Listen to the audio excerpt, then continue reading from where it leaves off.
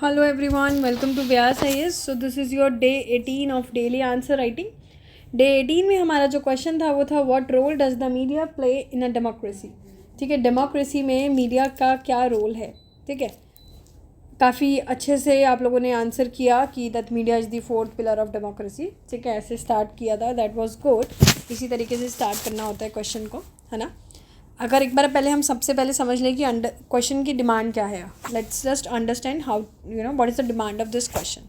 तो कहीं ना कहीं अगर हम इसके कंटेंट क्वेश्चन में बात करें कि कंटेंट क्या है, तो क्वेश्चन में ये बात कर रहे हैं मीडिया इन अ डेमोक्रेसी. ठीक है, डेमोक्रेसी के अंदर मीडिया की बात हो रही है. ठीक है, अब पहला वर्ड क्या था इसमें. ठीक है, क्वेश्चन में अगर मैं बात करूँ कीवर्ड क्या था, क्रिटिकली एनालाइज. राइट, क्वेश्चन का जो हमारा कीवर्ड था वो था क्रिटिकली एनालाइज. दैट मीन्स हमें क्रिटिकली एनालाइज करना है. इसका मतलब ये होता है that we need to analyse both pros and cons of this answer. हमें प्रोज तो लिखना ही है, साथ में कॉन्स भी बताने हैं. ठीक है, critically analyse the role of media in shaping the public opinion in democracy. इस तरीके से इस आंसर को हमें हाईलाइट करना है. ठीक है, मेन टॉपिक समझ आ गया. रोल ऑफ मीडिया है. क्रिटिकली एनालाइज का मतलब क्या हो गया, that we need to discuss both positive and negative aspect with a balance conclusion. ठीक है, क्या क्या बता सकते हो आप इसमें बता सकते हो कि मीडिया का रोल क्या है, क्योंकि पहला पार्ट क्या है, what role does the media play in a democracy. That means हमें पहले पार्ट में क्वेश्चन के हैंडल करना है कि रोल क्या है मीडिया का डेमोक्रेसी में. देन इट इज़ आस्किंग कि क्या एनालाइज करो इसका रोल कि किस तरीके से पब्लिक ओपिनियन शेप करता है. That means we need to write कि चैलेंजेस क्या है ना. प्रोज एंड कॉन्स बताने तो हम थोड़ा सा बता सकते हैं कि चैलेंजेस क्या फेस करने पड़ते हैं मीडिया को डेमोक्रेसी में, है ना. समझ आ रही है बात. तो इस तरीके से इस आंसर को आपको डिज़ाइन करना है. 10 मार्क का क्वेश्चन है, यानी कि 150 वर्ड्स आपको इस क्वेश्चन में लिखने हैं, है ना. स्टार्ट कैसे करेंगे, स्टार्ट आप लोगों ने बहुत अच्छा किया है. इंट्रोडक्शन में आप लोगों ने मेंशन किया है कि that media is the fourth pillar of the democracy, है ना, मीडिया को बोला जाता है. इसी तरीके से आप इसमें लिख दो कि किस तरीके से मीडिया एक बहुत ही क्रूशल है इन इन्फॉर्मिंग द सिटीजन्स. ठीक है, अकाउंटेबिलिटी इंश्योर करने के लिए, पब्लिक डिस्कोर्स को शेप करने में. ठीक है, एक फ्री एंड रिस्पॉन्सिबल मीडिया. फिर हम सीधा अपना स्ट्रेट फॉरवर्ड आंसर शुरू कर सकते हैं कि what is the role of media in shaping public opinion. क्या रोल है मीडिया का. अगर मैं बात करूँ आप लोगों से मीडिया का क्या रोल है कि हम किस तरीके से पब्लिक ओपिनियन शेप करता है, तो आप बता सकते हैं कि इंफॉर्मेशन डिसमिसेशन करना, मतलब कि इंफॉर्मेशन को हमें आप कह सकते हैं कि बताना, इंफॉर्मेशन कन्वे करना, है ना. इंफॉर्मेशन डिसएमिनेशन, है ना, कि न्यूज़ देके, एनालाइज देके, उसके डाइवर्स पर्सपेक्टिव दिखा के, गवर्नेंस का, पॉलिसीज़ का, and even social economic issues का.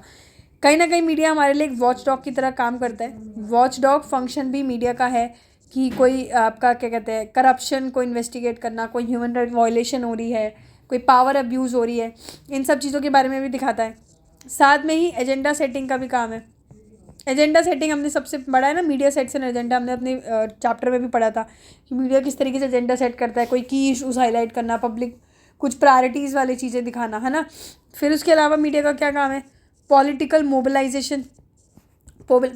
मोबिलाइजेशन मतलब कि सिटीजन्स को इंगेज करना डिबेट्स में, इलेक्टोरल प्रोसेसेस में, कहीं ना कहीं वोटर पार्टिसिपेशन को इनकरेज करना, सोशल चेंज दिखाना.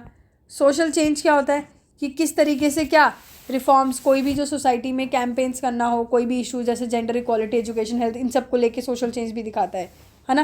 तो इस तरीके से 5 से 6 पॉइंट्स लिख सकते हैं, इनफ होता है, क्योंकि क्वेश्चन में सेकंड पार्ट भी चैलेंजेस क्रिटिकली एनालाइज बोला है, तो हमें क्रिटिकली एनालाइज में क्वेश्चन का सेकंड पार्ट हैंडल करना है.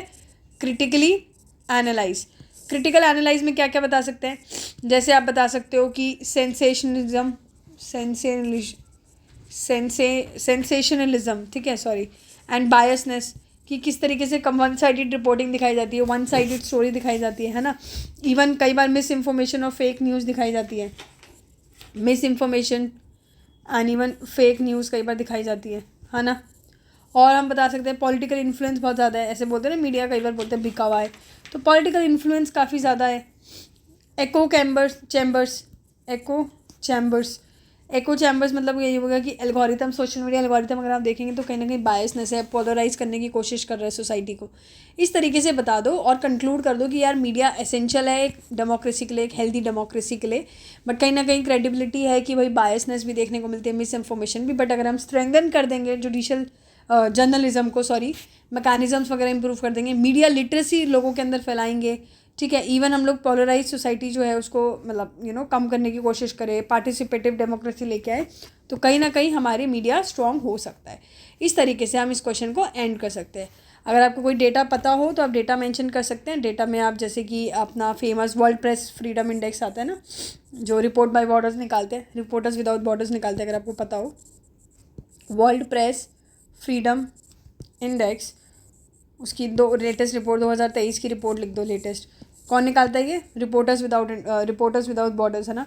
तो इसमें इंडिया की आप रैंक लिख सकते हैं कि 161 आई थी आउट ऑफ 180 कंट्री, ठीक है। तो कहीं ना कहीं इंडिया को अभी भी मीडिया फ्रीडम है ही नहीं, ठीक है। अगर आपको कोई और डेटा याद हो, कोई फेक न्यूज़ स्टैटिस्टिक्स का, वो आप लिख सकते हैं, ठीक है। और एग्जांपल्स में आप जैसे बता सकते हैं, निर्भया केस के बारे में बता सकते हैं, कैसे इंटेंस मीडिया कवरेज की गई थी उस टाइम पे, है ना। और कोई मूवमेंट अगर आपको पता हो, नेगेटिव रोल आप सबसे इंपॉर्टेंट 2002 गुजरात राइट्स बता सकते हैं, ठीक है। कोर्स अगर आपको कोई याद हो किसी का भी, कोई भी किसी का भी, लाइक महात्मा गांधी का, या जो भी कोट अगर आपको याद हो तो लिख सकते हैं। इवन महात्मा गांधी का आप एक कोट यहाँ लिख भी सकते हैं, the sole aim of journalism should be service. The sole aim of journalism should be service, ठीक है। इस तरीके से आप इस आंसर को ख़त्म कर सकते हैं, ठीक है। सो मिलते हैं नेक्स्ट डे के साथ, नेक्स्ट डे 19। तब तक के लिए थैंक यू सो मच।